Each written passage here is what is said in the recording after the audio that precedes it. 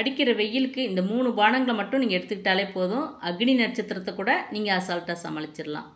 வணக்கம், welcome to garden and health. உடலுக்கு ஆரோக்கியத்தையும் அடிக்கிற வெயிலுக்கு நல்ல குளிர்ச்சியையும் இயற்கையாகவே தரக்கூடியது வந்து இயற்கை பானங்கள் தான்.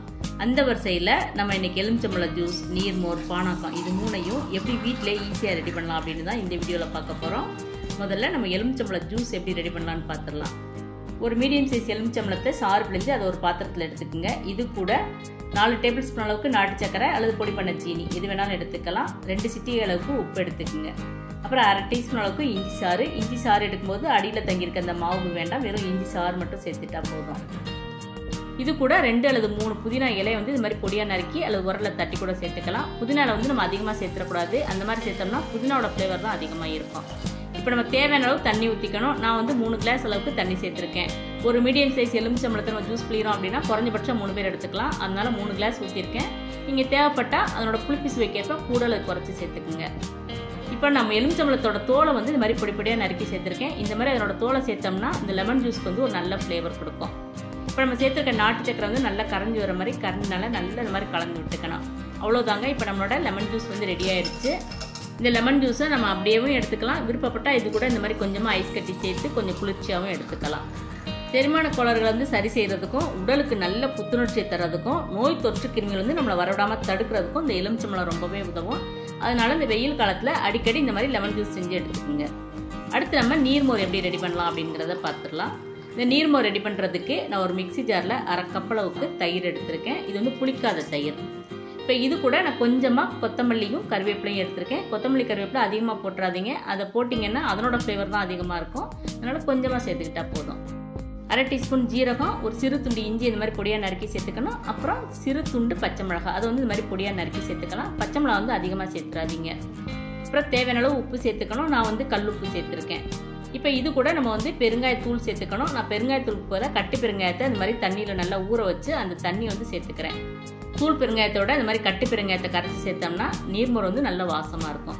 இப்போ இது கூட நான் வந்து 1/2 மூடி எலுமிச்சம்பழம் சேர்த்துக்கிறேன்.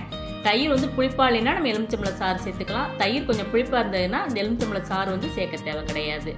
இப்போ மூடி போட்டு பல்ஸில் வந்து 2 சுற்று சுற்றி முதல்ல இஞ்சி பச்சை மிளகாய் நைஸாக அரைச்சிக்கலாம். இப்போ இதுக்கப்புறம் நம்ம நீர்மோருக்கு தேவையான அளவு தண்ணி சேர்த்துக்கணும்.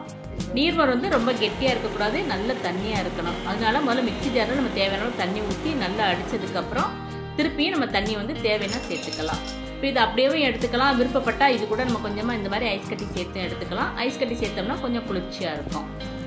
நம்ம உடலை ஆரோக்கியமாக வச்சுக்கிற உதவுற நல்ல பாக்டீரியாக்கள் வந்து இந்த மோரில் அதிகமாக இருக்குது. அதே மாதிரி இந்த வெயில் காலத்தில் நம்ம உடலை குளிர்ச்சியாக வச்சுக்கிறதுக்கும் இந்த மோர் வந்து ரொம்பவே உதவும். அதனால் இந்த வெயில் காலத்தில் இந்த மாதிரி நீர்மோர் அடிக்கடி செஞ்சு எடுத்துக்கோங்க. அடுத்து நம்ம பானக்கம் எப்படி ரெடி பண்ணுறது அப்படின்னு பார்த்துடலாம். பானக்கம் ரெடி பண்ணுறதுக்கு முதல்ல நம்ம புளியை வந்து ஊற வச்சு எடுத்து வச்சுக்கணும். நான் ஒரு 1/2 நெல்லிக்காய் அளவுக்கு புளியை வந்து ஒரு பாத்திரத்தில் தண்ணி ஊற்றி நல்லா ஊற வச்சு எடுத்து வச்சுருக்கேன். புளி நல்லா ஊறி வந்ததுக்கப்புறம் புளியை நல்லா கரைச்சி அது தேவையில்லாத சக்கையெல்லாம் நம்ம வெளியே எடுத்துகிட்டு கையினால் இந்த மாதிரி நல்லா வடிகட்டி நம்ம இன்னொரு பாத்திரத்தில் மாற்றி எடுத்து வச்சுக்கலாம். இப்போ இது கூட நான் 1/4 கப் அளவுக்கு துருவன வெல்லம் சேர்த்துருக்கேன். நீங்கள் துருவன வெல்லமும் சேர்த்துக்கலாம், அப்படி இல்லைன்னா நாட்டு சக்கரை கூட சேர்த்துக்கலாம்.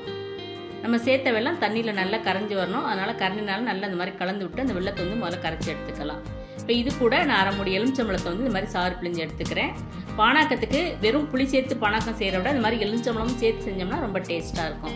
இப்போ இது கூட 1 சிட்டிகை உப்பு, அப்புறம் 1/2 சிட்டிகை அளவுக்கு பச்சை கற்பூரம், 3 ஏலக்காய் வந்து இந்த மாதிரி பொடி பண்ணி சேர்த்துக்கணும். கடைசியாக கொஞ்சமாக சுக்கு சேர்த்துக்கலாம். சுக்கை வந்து இந்த மாதிரி துருவியும் சேர்த்துக்கலாம். அப்படி இல்லைன்னா சுக்கு பொடி இருந்தால் அதை கூட நீங்கள் சேர்த்துக்கலாம். ஒரு 1/4 டீஸ்பூன் அளவுக்கு சுக்கு சேர்த்துட்டா போதும். இப்போ இதெல்லாம் சேர்த்ததுக்கப்புறம் நம்ம தேவையான அளவு தண்ணி சேர்த்துக்கணும். நான் வந்து 3 கிளாஸ் அளவுக்கு தண்ணி சேர்த்துருக்கேன். இதெல்லாம் சேர்த்ததுக்கப்புறம் கரண்டினால நல்லா கலந்து விட்டுக்கணும். இப்போ நம்ம ஒரு வடிகட்டி மூலமாக அதை நல்லா வடிகட்டி எடுத்து வச்சுக்கலாம். இந்த டைம் வந்து நம்ம டேஸ்ட் பண்ணி பார்த்து இனிப்பு குறைவாக இருந்துச்சுன்னா நம்ம இன்னும் கொஞ்சம் இனிப்பு கூட சேர்த்துக்கலாம். அவ்வளோதான், சூப்பரான டேஸ்ட்டில் நம்மளோட பானக்கம் வந்து ரெடி ஆயிடுச்சு. இந்த பானக்கத்தையும் நம்ம அப்படியே எடுத்துக்கலாம். விருப்பப்பட்டால் இந்த மாதிரி கொஞ்சமாக ஐஸ் கட்டி சேர்த்து எடுத்துக்கலாம். ரொம்ப வெயில் அலைஞ்சிட்டு டயர்டாக வீட்டுக்கு வரும்போது இந்த பானக்கத்தை நீங்கள் எடுத்துக்கிட்டா போதும். உங்களோட உடல் அசதி களைப்பு எல்லாம் போய் ஃப்ரெஷ்ஷாக ஃபீல் பண்ணுவீங்க. வெயில் நாளில் வர உடல் சூட்டிலேருந்து உங்களை பாதுகாத்துக்கிறதுக்கு இந்த மாதிரி உடலுக்கு குளிர்ச்சியான இயற்கை பானங்களை இந்த மெத்தடில் செஞ்சு எடுத்துக்கோங்க. இந்த வீடியோ உங்களுக்கு பிடிச்சிருந்தேன்னா கார்டன் ஹெல்த் சேனலை சப்ஸ்கிரைப் பண்ணுங்கள். தேங்க்ஸ் ஃபார் வாட்சிங்.